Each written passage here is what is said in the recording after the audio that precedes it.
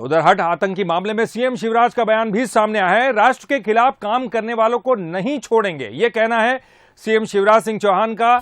हमारी सरकार आई तो हमने सारे डाकू खत्म कर दिया और इसी साल हमने 8 नक्सलवादी मारे हैं। ये बीजेपी है, राष्ट्र विरोधी तबकों को हम नहीं छोड़ेंगे। यहां ये शिवराज सिंह चौहान का कहना है, उनका ये बड़ा बयान सामने आया है।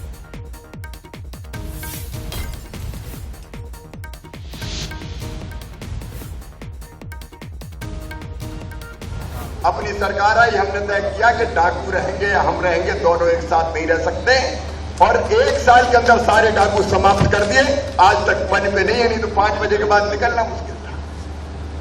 सिमी वाले जेल में और भागने की जरूरत अगर की तो भोपाल के 4 किलोमीटर से ज्यादा नहीं निकल पाए थे और एनकाउंटर में ढेर कर दिए गए थे।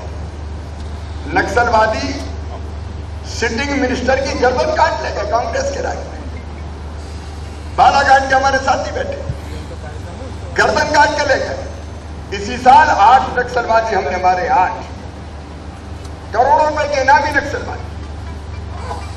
राष्ट्र विरोधी तत्वों को किसी भी कीमत पर नहीं छोड़ेंगे। ये बीजेपी है, बीजेपी भारतीय जनता पार्टी की सरकार।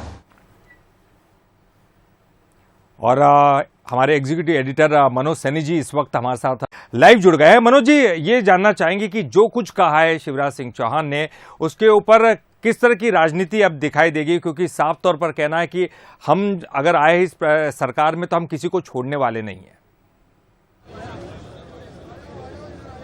देखिए, मध्य प्रदेश की सरकार ने सिमी हो या आतंकी गतिविधियां हो, इन सबको लेकर तो बहुत काम किया और इसीलिए मुख्यमंत्री शिवराज सिंह चौहान का निशाना इन्हीं लोगों पर था।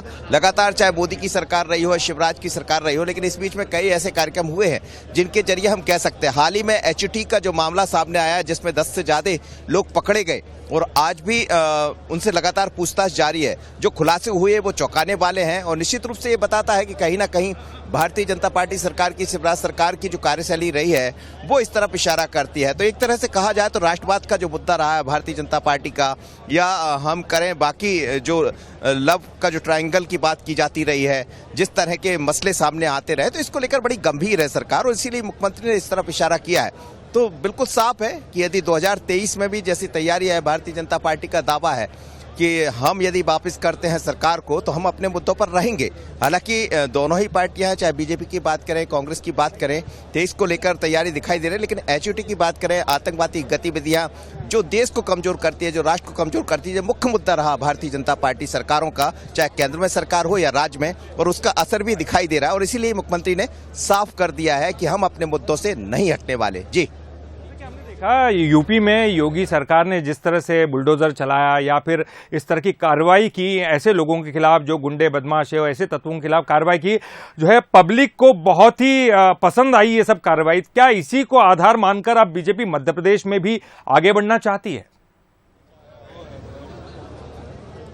देखिए, मध्य प्रदेश की जो सरकार है वो विकास के कामों को लेकर आगे बढ़ेगी। विकास का मुद्दा है, मोदी का चेहरा, शिवराज का चेहरा।